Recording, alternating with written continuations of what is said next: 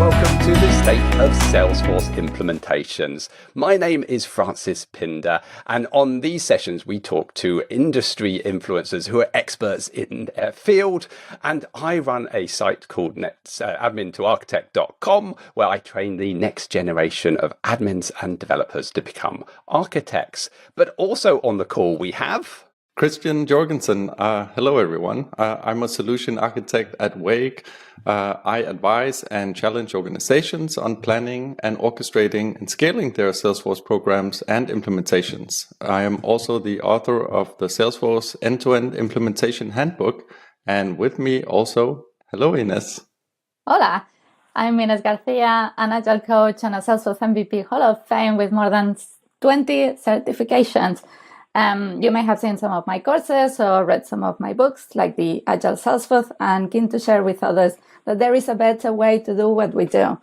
Last but not least, we have in the call. So my name is Lars Malmqvist. I am a Salesforce certified technical architect and a partner at Implement Consulting Group. I am also the author of 2 books, one called Salesforce Anti-Patterns and one called Architecting AI Solutions on Salesforce. And today I have the immense pleasure of introducing my colleague, Christian Milner, who is a senior partner at Implement Consulting Group, usually described by colleagues as one of the sharpest commercial minds in Europe, and an expert on CRM change management.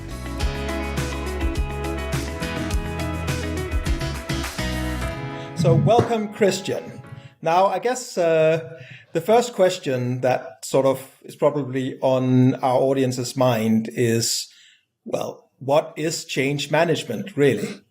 Well, in simple terms, to me, change management is about making it happen. So whatever intention we have to install something new, being a system or a process or a new tool, change management is the efforts that makes that come alive and be an integrated part of people's way of working. Awesome. And I mean, if we look at the context of, a CRM system, like what are the top things to be aware of that help you drive change in a CRM implementation? Like what would be your number one advice? I think I would have 2 advices. And sorry for that, Lars. I think my first advice is when you decide to implement a CRM system, be super aware of what it is that you are trying to achieve, because oftentimes the system is merely a means to an end. And if we lose sight of the end, then it's just a system that no one uses. So this is about being super aware of what kind of behaviors would we like to change as a result of getting a CRM system, and how do these behaviors eventually drive better results. So there's something about really zooming in on what is the desired behavioral change that has to come from the system implementation, and not neglect that in designing the efforts. So I think that's one key thing. So we designed the project not for the end goal of having a system in place, but we designed the program with the end goal of having the behaviors changed as a result of the system being in place. That creates a different way of looking at implementation and makes it less technical and more, let's say, business and change oriented in itself. So that would be the first thing. The second thing being that you need to be aware that your commercial leaders must have different conversations with people as a result of there being a CRM system in place. So if CRM enables you to have a better overview of your pipeline, then there needs to be a conversation between the managers and the commercial people about your pipeline, the quality of your pipeline. Is your pipeline as big as it should be? And those conversations, whether it being pipeline conversations, opportunity conversations, account development conversations, those conversations should drive people to adopt the system, because if that conversation relies on output from the system, I need to have put something in there to have that dialogue. So be aware of the importance of having managers having different conversations using outcomes from the system to drive the change and adoption. So where do you see because you talked about actually driving change, but the kind of implementation of Salesforce, and once it's implemented, you tend to get people not using it, right? So what are the kind of common problems around or issues you find around, is change management or not? I think it's back to the two latter points. That first of all, there was no one telling me as a salesperson what is it that I am expected to really, really change as a result of there being a system. So if you give me a system and put no requirements to me in terms of how is that going to help me, or or what are your expectations to how I change, then I'm going to look at the system and I might put something in there and think I did my job. But I'm doing it without passion and purpose if no one told me what is this going to lead to. So this about having a system in place and then hope that people will start to adopt it. I think that's the first point where we disconnect the effect from the project, because basically that line of sight should be clear, much clearer, much sooner in the project. So maybe we should even start with the salespeople to help them adopt a new process while we implement the system. So why not have the picture of the process on the wall? We talk about the process, how that makes you work, how it makes you influence. And then when the system comes, it reflects the process that I'm working towards. So we tend to think that the system is the end goal, but the end goal is getting people to work in a different way. And you don't start working in a different way just because you get a system. You start to work in a different way when you get a new process, and or when your leaders start to ask you to do stuff differently compared to how you did it before. And that's the leadership reinforcement about it that I was alluding to before. Yeah, I really love this idea of embedding it in the system. So how, with other items, we talk about like shifting left, right, in terms of testing, in terms of DevOps, in terms of security. So how do we shift left in terms of change management? How can we embed it into the fabric? Could you repeat that question, Ina? Sorry. Yeah, sure. So this idea of having change as part of the process from the beginning, how you ensure that this is part of, the fabric of the project in itself, that is not something at the end, not a step, a cascade of events towards the end. That's a good question. And I think it starts with a decision of who owns the project. Is it an IT project or is it a commercial change project? If it's a commercial change project, then you automatically think of, okay, how do we upskill people in the new way of working? How do we make the system designed in such a way that it supports it? How do we make management reinforcement part of how we teach managers to lead differently, etc.? So if you see it as a combined change project and not an IT project, you would see different tracks in that project. Whereas if it's designed narrowly as an IT project, you seem to see the test and implementation and then the launch track.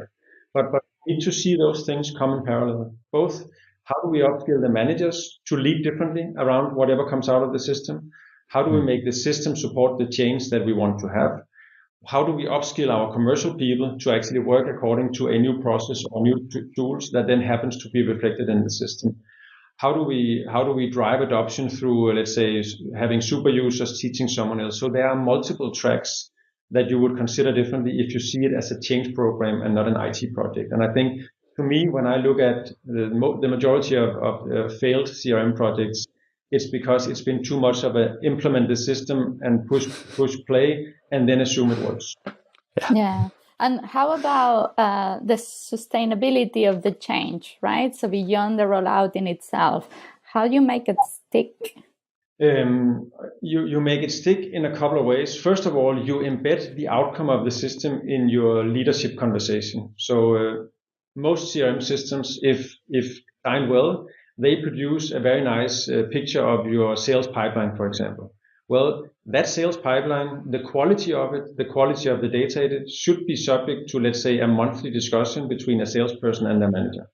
And when I go into that meeting on a monthly basis, the reason I want to have my pipeline updated is twofold.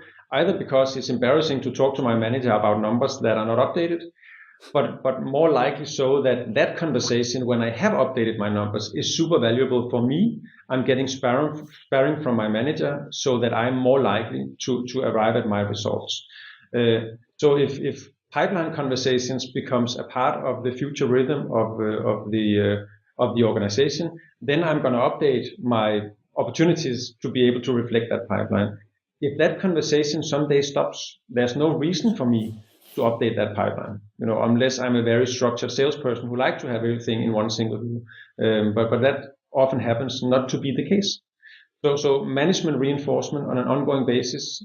So as the system is going to give me as a salesperson a new working process, the system should also give the commercial leaders a new leadership process that they then adhere to. The second thing in the, let's say, adoption equation is also that the system actually gives me as a user a value in doing my daily job. Too often, a system is designed because someone in upper management wants better transparency or reporting, but that's not important to me as a salesperson. So the second thing is that I feel when I use the system, it helps me back in being better at achieving my job. And that should also be a design criteria when you implement the system. How do you make it an enabler of success for the people using it, and not just an enabler of information going up in the system? So looking at the, let's say, change manager toolbox, right? And you touch upon some of the things already. What are the things that you can use to help drive adoption? Let's say twofold, right? One is the initial greenfield implementation, and then maybe if something has gone bad, we talk a lot about failed projects or failing. What can you do to get the projects back on track or help drive adoption after you've hit a bump? It's a good question. I think it's very contextual what you answer to that question, because there is a reason why your system failed, and it's probably in the core of that reason you find out what to do about it. But let's say you have a very IT-driven process that ends up with a very fancy system being in place and a training program for people to be trained. Then everything stops from the project. You hope that people are now going to just love it and adopt it, and they don't. Then, of course, it's not too late to start reinforcing the leadership conversations that should drive people to it. It's also not too late to do more communication and nudging around it. But I think that the best solution is still to have all of that embedded before the system is ready. Because oftentimes what happens is if by my first attempt of using the system, it's a little bit troublesome, it doesn't really give any value to me, that legacy, the legacy in that experience is going to drive me quite fast to the conclusion that this was a bad system. But the system can be perfectly fine. So there is, of course, things you can do to recover from it. I do still think the most important stuff is to reconsider how we implement it. That we don't make it, here's the system, now we're going to start adoption, but we're going to do that in parallel. That's still, I think, a better answer than how to recover from the failed one. Could you answer the question again? Because I think I also have a short answer to that. That was a great answer. Yeah. What's the short version? Don't fail, or no? Yeah.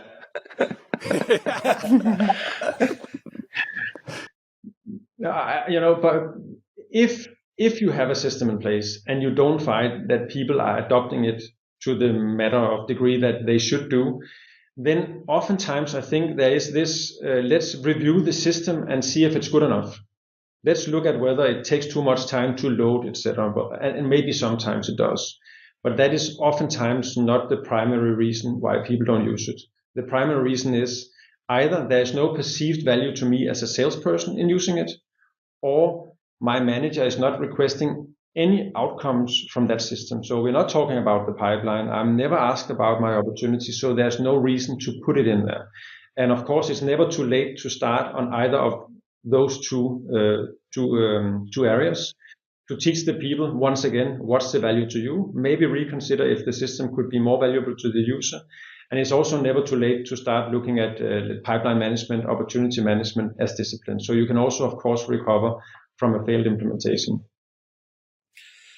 So you've talked a lot about how we can drive behavioral change. I guess a slightly provocative question is, how much does the system really matter in terms of the actual technology? We're here, we are Salesforce professionals, but sort of from your perspective, how much does it actually matter what CRM and how it's set up?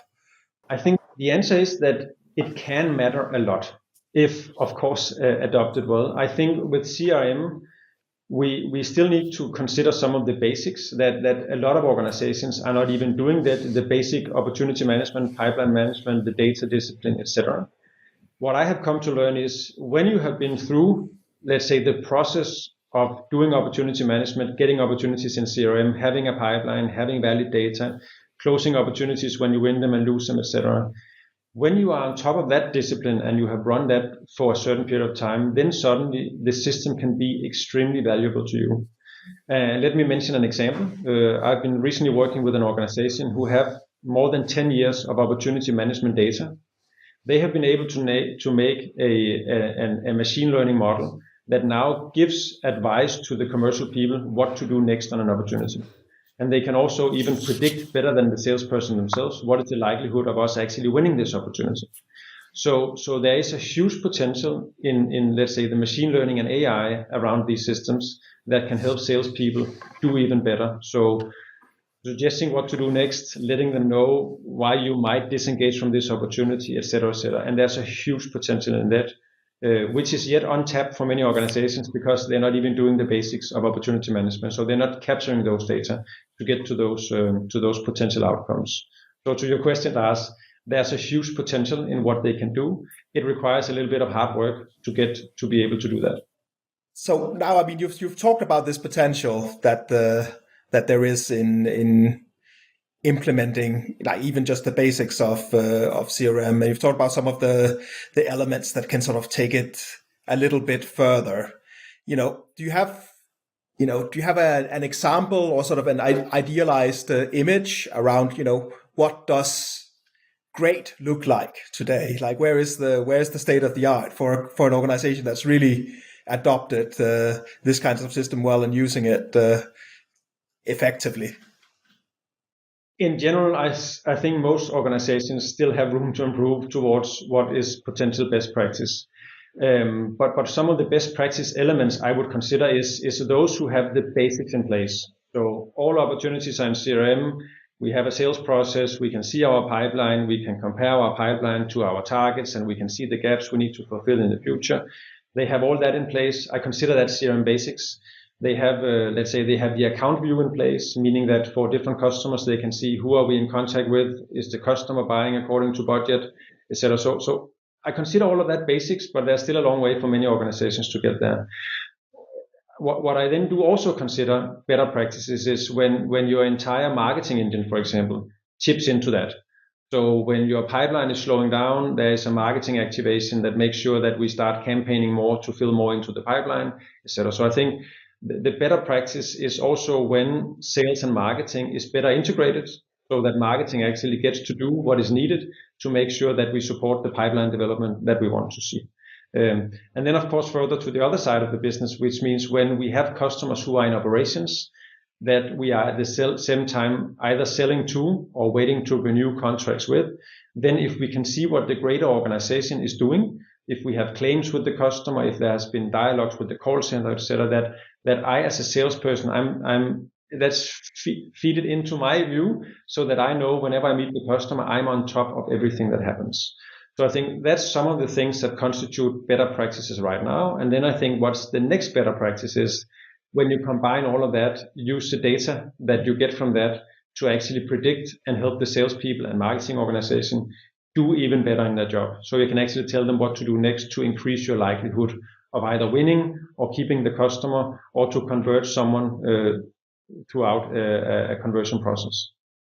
Yeah, I love this idea of interrelated, right? Because sometimes we focus on sales, for example, don't really stick with marketing, or marketing, that's fantastic to improve sales. But no one's looking at the poor ops that's going to pick up what's happening from the influx of interest and how, have ripple effects around. So it makes me think about the idea of scale. So if we think big change coming through beyond perhaps sales team or beyond the CRM, like, what are your sort of experience, maybe indicators on scaling, and also perhaps the tipping point when that is to happen?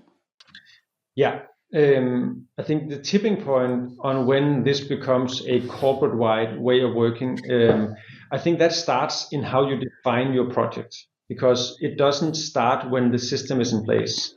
The vision of those cross collaborations, those new responsibilities, those new ways of interacting, they start as the project vision that is then later on supported by technology.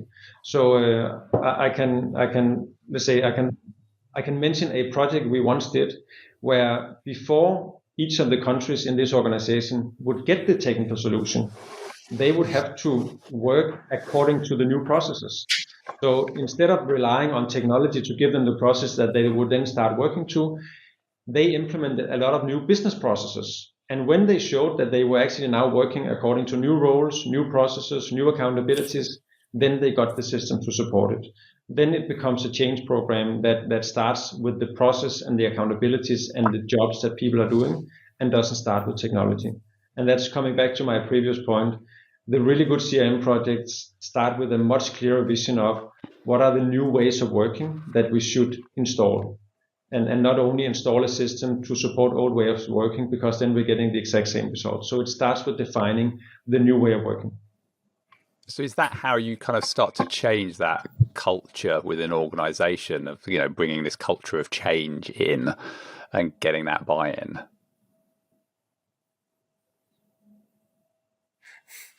Because always you got this, it's like we've always done it this way, and this is the way and sometimes it's like this cultural shift, isn't it? And knowing if you have managed to get that cultural shift in already, and that culture of change is there, so it can be implemented. Yeah. I think what I'm thinking on your question is that when you implement technology, you do that for a purpose. Sometimes the purpose is to get technology in, right? Because all salespeople say we need a new CRM system, and then we install the new CRM system, and no one is using it. I think when you look at such an investment, you should be asking yourself, what is it basically we would like to change in our way of working, and start by looking at that. So if we would like our salespeople to be more proactive, for example, then let's define what is the business setup that makes them be more proactive. What processes and tools, what measures needs to be in place, how does that change the incentive scheme, etc. And then, by the way, how do we then make a CRM system or technology support that change? And not the other way around. Let's install a CRM system and then people will get proactive, because it takes much more than the system to be proactive.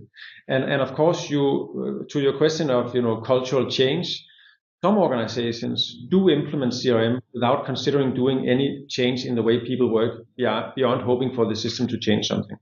But I think the culture we need to change is looking at technology implementation as an enabler of change. And then we need to teach ourselves to look at how do we drive a change program and not an IT implementation to arrive at that change. And that's coming back to the point. It needs to start in the project definition and not at the end of the technical implementation. Yeah, and culture-wise, I think it's this idea of structure informs culture. And sometimes we don't look at the boundaries and the structures that we have in place. We just hope that by repetition or by measurements or by management, we get the culture change, and structures are important. And, for me, system thinking makes sense on how things interrelate and the spaces in between, right? Maybe we don't have an official role or process, but those things exist. Just because we don't see them or we don't know about them doesn't mean they don't exist. And when you are looking at change, also looking at the things that work well matters, because you don't want to fiddle with this. You want perhaps to use them as leverage points, right? Exactly. You also say that culture eats strategy for breakfast. So if you have a culture where you allow your commercial organization to not use the system, or where you allow managers to say, yes, but we don't need to do the system, let's use the old Excel sheet, then you're also not arriving at let's say, at your desired outcome, right? So there's a huge task in getting the commercial leaders and also some of the people in the organization that other people look at and say, what is acceptable behavior, to be on the forefront of this change, because otherwise you remain with a culture that says to people it's okay not to do it.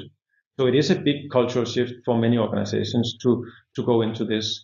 But I think the only reason for you to advocate that we need to change the culture is not the argument being we have bought a system. The argument needs to be we are embarking on a quite significant change journey, which is important for these reasons. And these are the new expectations for everybody in the organization for that to be a success. I wonder what you you would have experienced from, let's say, more traditional implementations in a waterfall where it's a longer project, how the change strategies have changed compared to now, where typically it's a more MVP-ish, more agile. How have you seen the different ways of I guess introducing change? Has that changed? Has it changed? I think it has changed something, because I think the more iterative way and prototyping is definitely bringing us closer to, let's say, an end product that is perceived valuable by the organization. So by that way of implementing it, you're more likely to overcome, let's say, the usability barriers. The system is more likely to be in support of my way of working and or to support my new way of working, instead of a long waterfall model where we cross our fingers and hope that in 4 years I'm going to get a system that works. And then, by the way, it takes 2 years to change it to something better when we give feedback to it. So I think from that usability perspective, the iterative process does something really, really good. I do, however, still think that the iterative processes is still a little bit too much framed as an IT project. So of course, now we iterate the system, we prototype it, we test something. But at the same time, we should also iterate and test the how do we start eating differently? How do we start measuring differently? Is there a certain outcome that we're looking to look at from the CRM system that we could also prototype? So what does the pipeline report look like? Let's prototype that as well. Let's put it into a management meeting to test if it makes a difference. So I think we are still a little bit too narrow on defining, let's say, the iterative process, because it's still around the system. Whereas we should iterate about multiple dimensions to be ready with let's say, with the right solution faster. I mean, business agility makes a big difference. Like, I'm sure you've been in teams, like teams can go fast, real fast. But if the rest of the machine doesn't keep up the pace, it's kind of, pointless. I get very, very frustrated when we are waiting all those prioritizations, forecasting efforts that takes a year, takes 12 months, and all the effort that takes away from teams delivering into trying to imagine how the future is going to look like in 12 months. Is that feasible? How we have the program set up?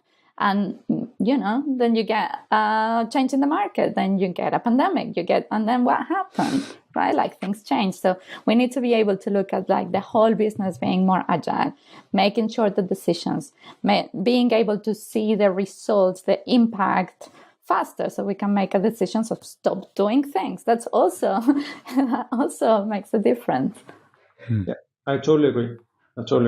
And there's no need to use 2 years doing a waterfall program for then to leave it for a year for the organization to try it and then capture feedback. And then 1 year after, we are going live with the second version of that solution that is then not adopted, right? So from that point of view, the fast prototyping makes sense. But we need to prototype let's say, the business system and not only the technical system. So are there any effective kind of change management methodologies that are used, and are they used in different scenarios or situations? I don't see a correlation between any specific methodology, but I see something correlate with, let's say, successful CRM implementation and adoption. And one thing which is very high on my radar is that you have some commercial leaders who is really spearheading this. They make it their mission in life for this to become a success. If you cannot find such a person in upper commercial management, you might as well not do it. The second thing is we need to recognize that the leadership task has to change, or how leaders talk to the commercial people has to change as a result of the CRM system. So we need to discuss what are the new conversations that we should start having for people to think it's worthwhile putting something into the system. So that's, I think, the second thing is that we tune the management of the leadership system to reinforce the use of the system, but also to derive value from the system. And then there's also the part that we should not neglect, that sometimes it is troublesome for the salesperson to upload something because load times are too high set up. So consider also the usability side of it. So if I'm in a sales meeting, I'm going out to my car, if then when I get home Friday afternoon, I'm going to upload everything in my CRM system, you're putting extra work on me, and you are making it non-easy to use it. Whereas if directly after the meeting, I can just press convert recording of meeting into minutes of meeting, and then I have it, and maybe even in a ready-made to share with customer version as well. So do think about how we configure the system to also make the tasks and the job of the people using the system easier.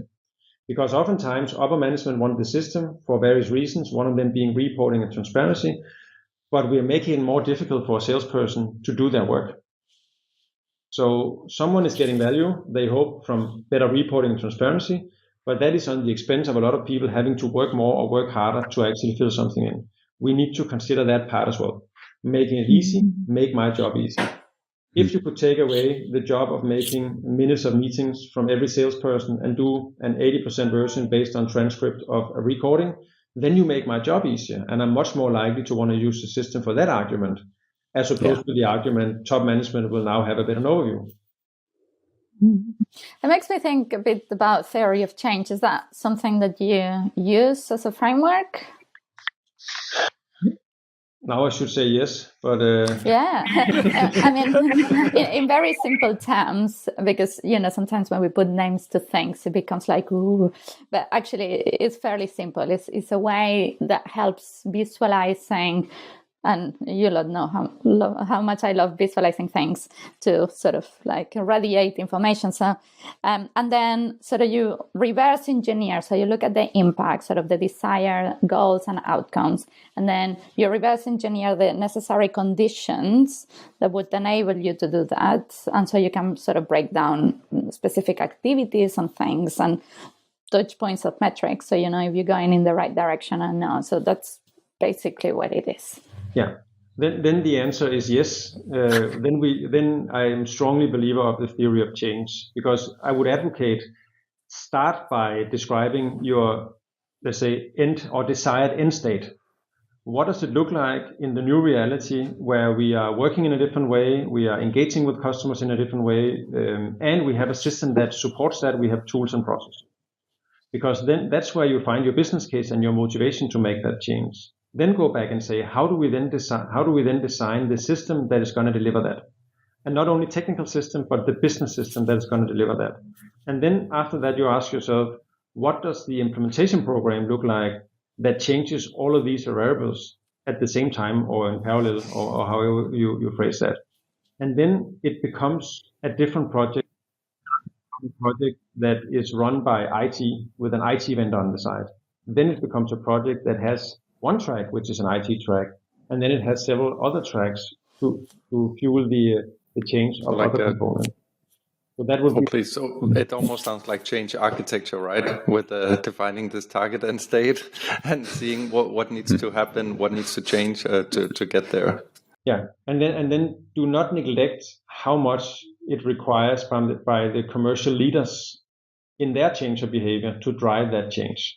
And I think that's if you ask me about what's the one thing I would change if I had a CRM system that didn't work or was not adopted, the one thing I would change if I only had one shot in the gun would be get my commercial leaders to talk about how we derive value from that system with the salespeople. So let's talk about our pipeline. Let's talk about the opportunities that are in the system. Let's talk about how we better win these opportunities. Let's talk about whether our current level of activity is sufficient to make us, come closer to target achievement. If you get managers to do that, you come quite a long way into your desire to have the system adopted. How about peer pressure? So we talked a lot about management, but some things that maybe you have introduced that you've seen working well to be able to work in other layers and across layers. I don't know if I like layers so much, but you get what I mean. I'm a big fan of peer pressure. So the change programs I've been involved in, but gentle peer pressure, it's not about, there's no threat in peer pressure. Peer pressure to me means I'm seeing that someone else is doing it, and I'm seeing that they are being more successful, and for that reason, I'm more motivated to do it myself. So it's not like there's a stick in that. To me, it's just a good way of driving change, because what it means is someone else is doing it, someone else is getting value. So we were not all wrong in the design of this. And if that can influence the adversaries, or what you call it, those who are resisting change to do it, then I think it's a really good thing. And I have also seen on several occasions that you can design the component of peer pressure into your change program. Because if what you do is you ride forward with a program where we have some impact milestones, how far are we in adopting the system in different departments? Who is the first department to come out with a positive story on how using this system significantly changed something and created better results? So if you design the system in such a way that a lot of people on the same time are expected to move, but that you also highlight those who positively arrive at the outcomes we want them to arrive at, etc., then it puts more motivation on the rest of the organization. And the other model where you launch the system and say, good luck, let's review in a year how it went, you don't get that element into it. So you can design your program in such a way that you highlight the heroes that does it, and you highlight the success stories, and that creates a little bit more peer pressure. And to me, that's positive. So that makes me think communications, right? In general, let's say you do have something like a project mode before you have released, and then you have the rollout or training, and then you have afterwards. What are the different things that you would communicate, and by whom, and what are the things, the do's and don'ts from a communications perspective? Oh, I think there's a lot of do's and don'ts, but if I look at the do's, I would be quite obsessed about insisting on communicating the larger purpose. So this upcoming change and this upcoming program is part of something bigger that is going to take us as a company to be at this point in time. And the more you can get top leaders to communicate that and make them link the direction we're going as a company to what we're doing in this project, the more likely people are to take it serious. And I think that's change management basics, but I still think it's something that often neglected. Then it's super important to be firm on the communication of what is expected from the organization. And what is it that we expect from you? And you can do that in both positive and also a little bit of a less motivating ways. But I think it's still good that you leave not a lot of room for interpretation of whether this is something we should do or not. And then I think on the more, let's say, positive side and a little less top-down side, I think it's super important to communicate whenever we have successes coming out of this, whenever we have someone who positively did something and it created a change that led to better results. It's important that we continue to communicate who are the adopters, who is doing that, who are the new heroes, because the old heroes might be the one with a notebook and the pipeline in the workbook who landed, more deals than the rest. Maybe the new hero we start communicating around is the one who is actually using the system and seeing improvements as a result of it, not necessarily being the absolute best one on results, but someone who is taking steps or leaps forward as a result of working according to the new ways of working. And I think that's very important. You can also go to the more, let's say, hygiene kind of communication, which is about doing the fun stuff. We did a global, I would call it a relaunch of a CRM system, and getting more people to adopt. We made a lot of videos. It could be interviews with someone who did it. It could be smaller animations, making fun of those who didn't do it, but in a nice, ironic way. But all of that builds up the notion that this is not going away. And that could also be in the small stuff. You might also ask, should you incentivize people to use the system? And I have seen a couple of organizations go down the path of, okay, your bonus is now connected to how much pipeline value you have in the system. Guess what? Those organizations ended up having really, really big pipelines that never materialized as business. So I think from a change management perspective, you are much more to the leadership reinforcement, the communication, the non-negotiables, etc., as opposed to giving people money for using it. I mean, careful what you measure, right? It's, with maybe Salesforce development teams, are we measuring how many bugs we find? Because we will find many, right? Or are we looking at the overall system behavior, right? I think it's important. And how beyond one person or one team is how we get to that vision or that impact. How can we generate abundance, right? Beyond one particular element? Exactly. And I can give an example where quite recently we worked with a global organization, and one of the things that worked really well in that project was that we took pipeline management and opportunity management all the way into the EVP discussion. So the EVP layer, which is just underneath the CEO of this organization, they suddenly had a visual pipeline in their meetings, and they talked about that. And when they started to talk about the pipeline, it was important for the VPs. If it's important for the VPs, it's important for the sales directors, and so forth and so forth. And eventually it also gets important for the commercial frontline. But what we also did was we started feeding the commercial top management team with what we call impact measures. So we basically show them every month, how does your current pipeline look like compared to your pipeline same time last year? And if you know that you have let's say a 20% growth target, then your pipeline this year compared to pipeline last year should be 20% better. So suddenly we managed to get the view or the importance of seeing the pipeline into top management, because it could basically help them predict, are we on the right path towards achieving our target or our growth target? So there's also something about in the change management of such programs that you think about, how is it we make an outcome of the CRM system become super relevant to those on the top of the organization, so they see it as valuable and not just information, but as something they can use to actually make business decisions on. So how do you see that? So we're talking a lot about, change management. How do you see that linking through to the actual work that gets implemented in the CRM? Is there any kind of measures or anything that you kind of focus on, especially if you're kind of like starting out from day one with this world of change management?